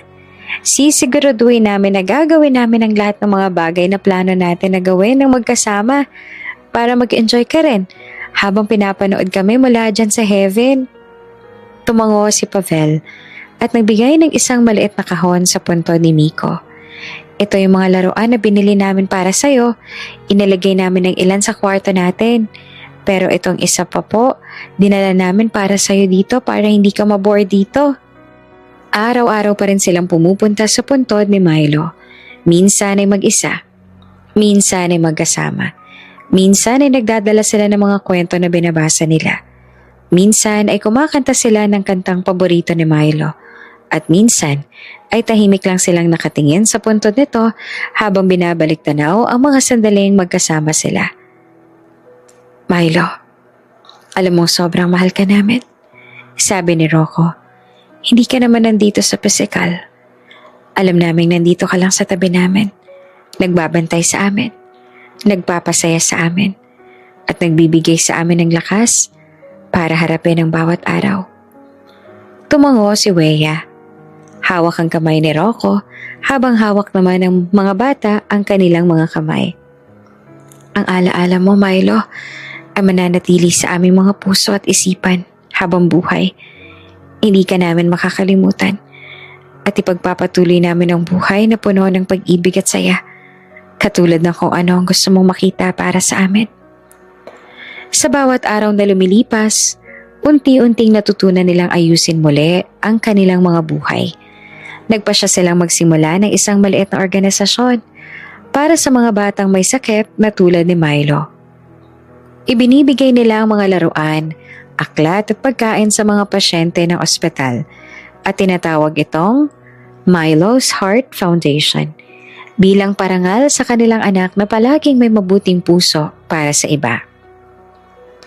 Alam nila na hindi nababalik si Milo, ngunit alam din nila na ang pag-ibig at mga alaala nito ay mananatili sa kanila habang buhay. At sa bawat mabuting gawaing kanilang ginagawa, patuloy silang nagpapasalamat sa oras na kasama nila ito noon. Lumipas ang 3 taon nang mabilis. Naging maayos ang buhay ng pamilya. Patuloy na nag-aaral ang mabuti sina Finn at Pavel hanggang dumating ang araw na matagal nang hinihintay, ang graduation ng mga bata mula sa elementarya. Sa tapat ng entablado ng paaralan nakaupo sina Wea at Rocco kasama ang kanilang bunsong anak sa unang hanay. Ang kanilang mga mukha ay puno ng pagmamalaki. Makikita nila sina Finn at Pavel na naka-uniforming puti. Naghihintay na sila na tawagin para umakyat sa entablado at para tanggapin ang kanilang mga parangal. "Mommy, Daddy, Kuyas!" Pumalakpak na sabi ng bunso nilang anak na si Thea. 1 taon mula nang mawala si Milo ay biniyayaan muli sila ng anak. Isang anak na babae na sobrang kamukhang-kamukha ni Milo. Para nga itong girl version ni Milo. At para sa kanilang lahat, si Thea ay regalo sa kanila ni Milo para hindi na sila malungkot ng labis sa pagkawala nito. Nang tawagin ang pangalan ni Finn at Pavel, magkahawak kamay silang umakyat ng entablado.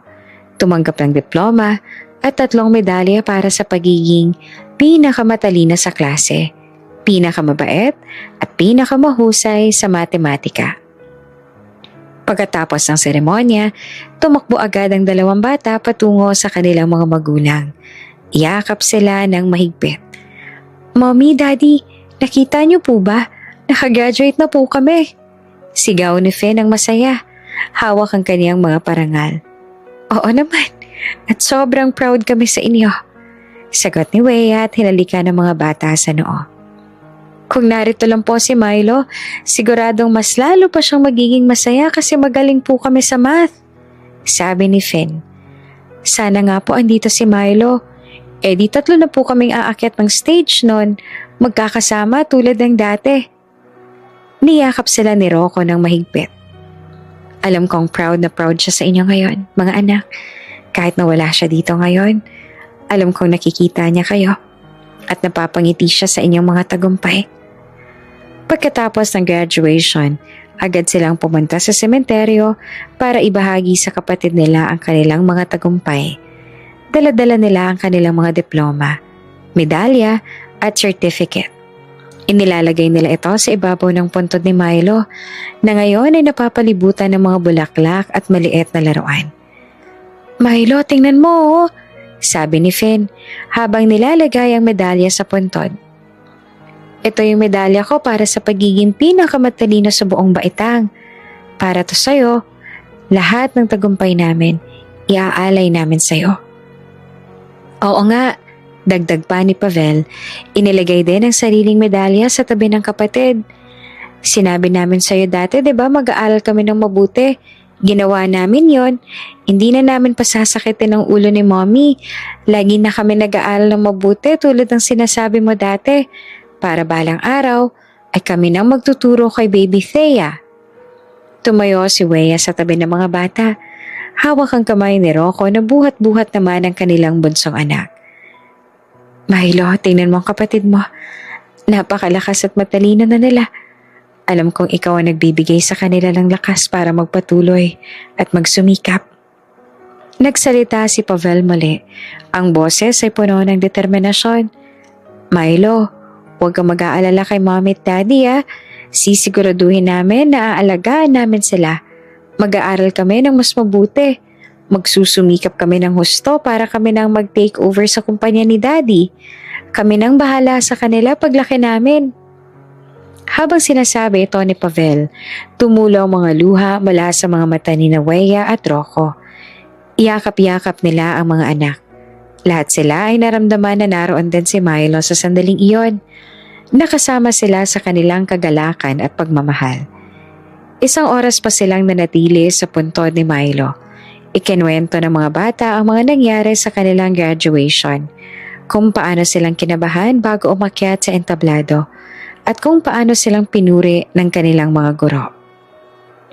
Sinasabi rin nila sa kanya ang kanilang mga plano para sa high school, na gusto nilang pumasok sa pinakamataas na paaralan, na gusto nilang mag-aral ng mga asignaturang kaugnay ng negosyo, at na gusto nilang tulungan ng Milo's Heart Foundation na itinatag ng kanilang mga magulang. Milo, babalik po kami rito lagi, sabi ni Finn. Susunod na taon, pag-graduate na po kami ng high school, ibibigay na namin sa iyo ang aming medalya. Baka rin makaya na namin ipanalo ang paligsahan ng chess na lagi nating pinag-uusapan. Bago sila umalis, hinaplos ng bawat isang puntod ni Milo. Mula sa malayo, makikita sila bilang isang pamilyang buo. Bagaman may puwang na walang mapupunan, alam nilang naroon lang si Milo sa kanilang mga puso, na nagbabantay sa kanila at nagbibigay sa kanila ng lakas para harapin ang bawat araw. Love requires courage. The courage to admit our mistakes, to forgive deeply, and to choose connection over pride. While loss leaves a permanent mark in our hearts, it also shows us what truly matters, cherishing every moment with those we hold dear. Our loved ones may leave us physically, but they live on through the memories we cherish and the way we honor them by living with purpose, caring for each other, and building a future filled with hope. No matter how broken things may seem, there is always a chance to heal, grow, and build a life filled with meaning together. Bago ka pa lang sa channel neto, ibang kwento ni Ate Jane, istorya mo, ikwento ko. Huwag kalimutang pindutin ang notification bell at subscribe button.